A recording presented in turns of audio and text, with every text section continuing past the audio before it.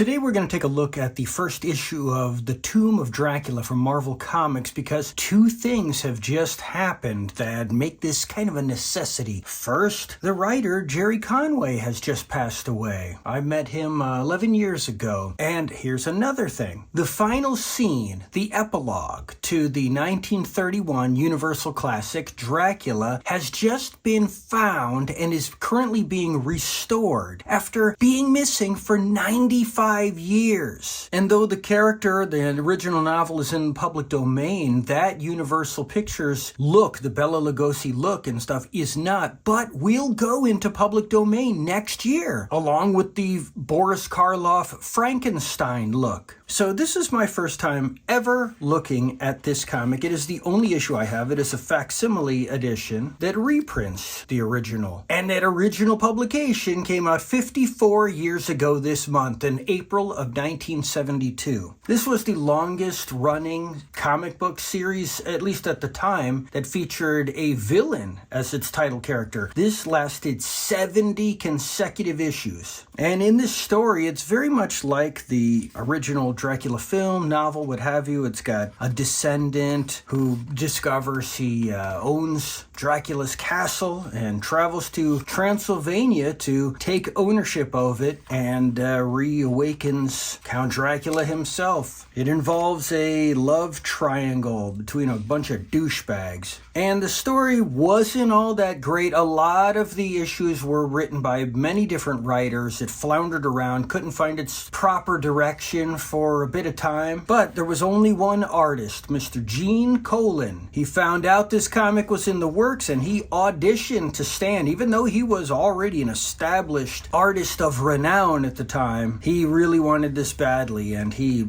drew up some samples and sent it to Stan and said, "The book is yours," and he stayed on it through its entire run. Now, apparently Marv Wolfman took over in issue 7 and kind of put the comic on the path that led to its success, at least until the end when it was canceled by Mr. Jim Shooter. Now, issue 10 brings forward the character that everyone seems to know, Blade. And though I'm not going to find anyone to agree with me on this, but I am just not a fan of Blade. I only know about him from the films, and even though people older than me and younger than me loved the Blade films, and I loved Wesley Snipes and was watching all of his films at the time, and I like Dracula, and I like vampires, and I like sword fighting and all that stuff, I just don't like the Blade films. I just don't. Now, in 1980, over in Japan, there was an actual anime film made out of this comic series. I haven't seen it, though. The Dracula in this book, drawn by Gene Colan, was based on Jack Palance, of all people, who had not played Dracula, but would